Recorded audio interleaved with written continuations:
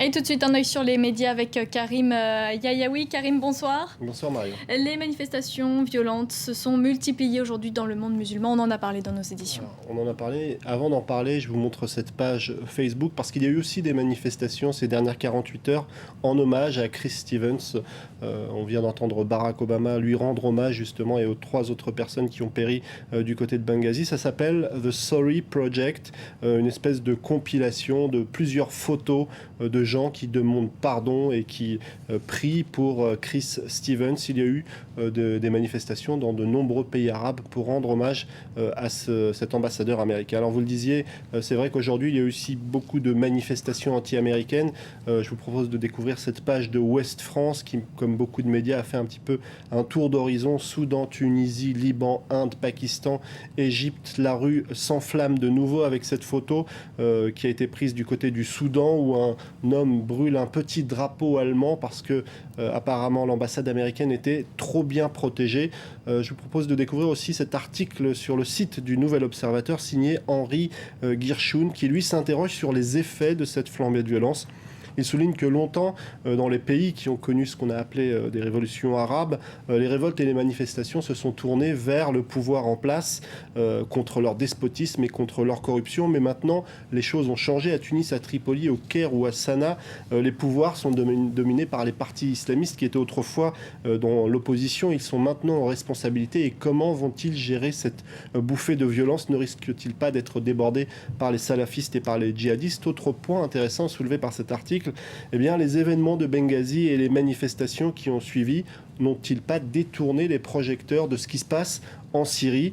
Et en plus, il ajoute cet article que cette flambée de violence pourrait peut-être réveiller la méfiance de certains, parce que lorsqu'on voit que dans certains pays, après la révolution arabe, ce sont des islamistes qui sont arrivés au pouvoir, c'est peut-être ce qui se passerait en Syrie si Bachar al-Assad venait à tomber. Alors, ce qu'on peut également souligner, Karim, c'est que ce n'est pas la première fois que des drapeaux américains, évidemment, sont brûlés. Alors, il y a un article très intéressant à découvrir sur le site de Slate, signé Grégoire Fleuriot, qui se plonge dans l'histoire des drapeaux américains brûlés. En dehors des États-Unis, le premier événement médiatique, je vais vous montrer un vieil article de la presse américaine. On ne voit pas très bien, mais ça se passe du côté de l'Iran.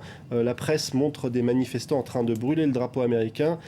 C'était pendant cette fameuse prise d'otage en Iran. Chaque année, pour l'anniversaire de cette prise d'otage, on brûle encore la bannière étoilée. Alors elle est régulièrement enflammée dans certains pays. Je vais vous montrer quelques images, comme ici au Pakistan ou en Afghanistan. C'était en 2010 pour protester contre l'appel du révérend Terry Jones. Mais ce qui est intéressant, c'est que du côté des États-Unis, eh bien, on peut brûler le drapeau américain sans avoir de risque pénal finalement, parce que depuis 1989, c'est considéré comme un acte libre. Ça fait partie de la liberté de chacun de le faire. En France, depuis 2003, vous risquez 7 500 € d'amende si vous le faites.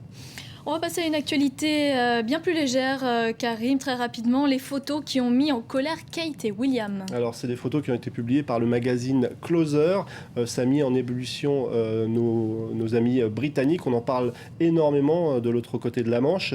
Du côté de Closer, on explique que ce sont des photos qui mettent en valeur presque Kate et William, alors que la presse britannique est dans une période où elle fait très attention à ce qu'elle publie. On se souvient de l'affaire des écoutes de News of the World et dans tous les esprits aussi, la mort de Lady Diana en 1997. On se souvient qu'à cette époque, la presse à scandale et les paparazzis étaient assez trousses. Alors aujourd'hui, voir Kate et William dans un magazine à scandale, ça ne fait pas franchement plaisir aux Britanniques. Surtout quand elle est seins nus. Merci beaucoup, Karim Yayaoui. C'est la fin de cet œil sur les médias. Restez avec nous.